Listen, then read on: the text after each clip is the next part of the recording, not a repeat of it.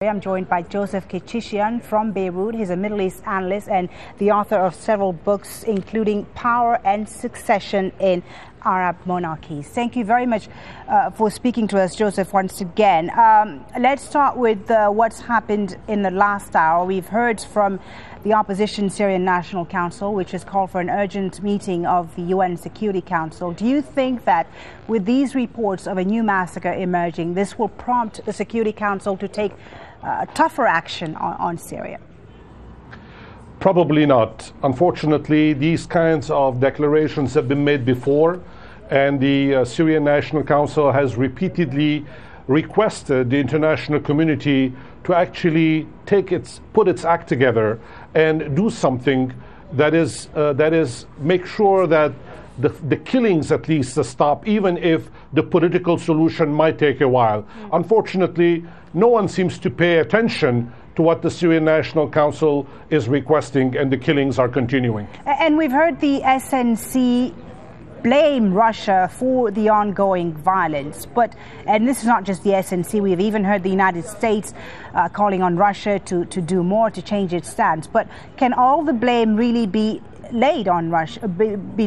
I mean, even if the Russians were to come on board and support a tougher resolution on Syria, would that change the situation on the ground? Would it help save Syrian lives, you think?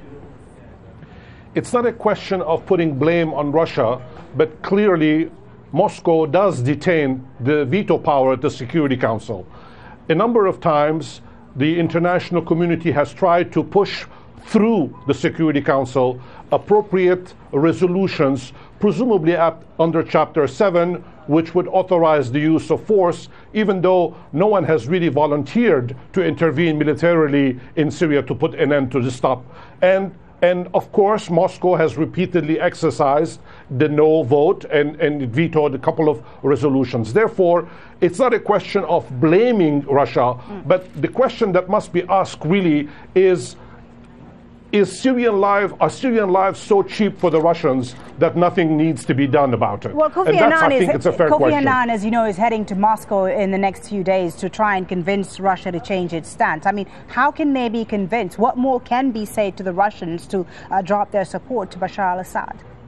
That's the $25,000 question that Kofi Annan and others have been trying to crack, and nobody seems to have the answer to it. Simply stated, the struggle that's going on between Russia on the one hand and the United States and its allies on the other hand, cannot seem to find some kind of a way out. I think at this point it is incumbent on the major powers to actually compromise and try to figure out what can be done really to put an end to the fighting. That's really the best that can be hoped for the time being. That is a ceasefire more than anything else, because a political solution is going to take a long time to sort out. But a ceasefire can be accomplished nowhere in sight, unfortunately. And the opposition has said that it's clearly not interested in a political solution right now. And we've heard them again today with the SNC leader speaking in Turkey, calling for more street protests inside Syria. Can street pressure work in the end, do you think? If we're to see more demonstrations inside the country, would that put pressure on the Assad government? Or do you think that the violence is just simply likely to continue?